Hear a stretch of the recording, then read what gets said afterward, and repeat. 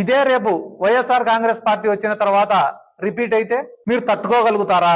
దాడి చేసిన ప్రదేశంలో మేమే ఉంటాం, పరిగెత్తుకుంటే పోలీస్ స్టేషన్ పోతే ఆడ మేమే ఉంటాం, గాయాలతో హాస్పిటల్ పోతే ఆడ మేమే ఉంటాం. మీరు వచ్చేదిలా సచ్చేదిలా. మీరు ఎట్ట వస్తారనుకుంటున్నారు? ఏం పొడిచారని వస్తారనుకుంటున్నారు? సరే మీరు వస్తే చేస్తారు, మేము అధికారంలోనే ఉన్నాం, మీకు అధికారం వస్తే చేస్తా అన్నారు, మేము అధికారంలో ఉన్నాం. నువ్వు చెప్పిన మాట ఏదైతే ఉందో, బడికాడ మేము ఉంటాం, గుడికాడ మేమే ఉంటాం, హాస్పిటల్ కాడ ఉంటాం, స్టేషన్ కాడ మేమే ఉంటాం. మరి ఈ మూడేళ్ళు మీరు ఎట్టుంటారా? మరి మీరు ఈ మూడేళ్ళు ఎట్టుంటారు? ఏం బెదిరిస్తున్నారా?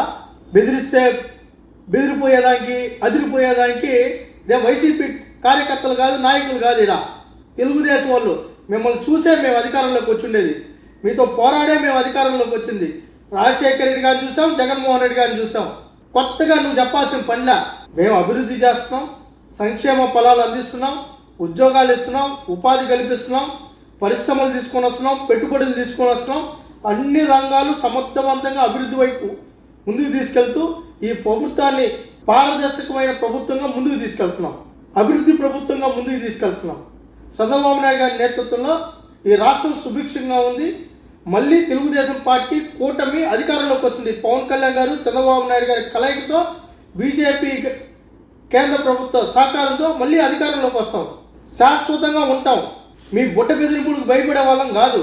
నీ టిక్ టాక్లు, నీ షోలు ఏదైనా ఉంటే రీల్స్ చేసుకోండి, మాకేం అభ్యంతరం లేదు. వైరెడ్డి గారు, మాకేం అభ్యంతరం లేదు. అంతేగాని ఆడ మేము వస్తే ఇది చేసేస్తాం, అది చేసేస్తాం అంటే మేమే ఉండేది. ఇప్పుడు నువ్వు చెప్పిన మాట కానీ మేము చెప్తే గుడికాడ మేమే ఉంటాం, బడికాడ మేమే ఉంటాం, పోలీస్ స్టేషన్ కాడ మేమే ఉంటాం.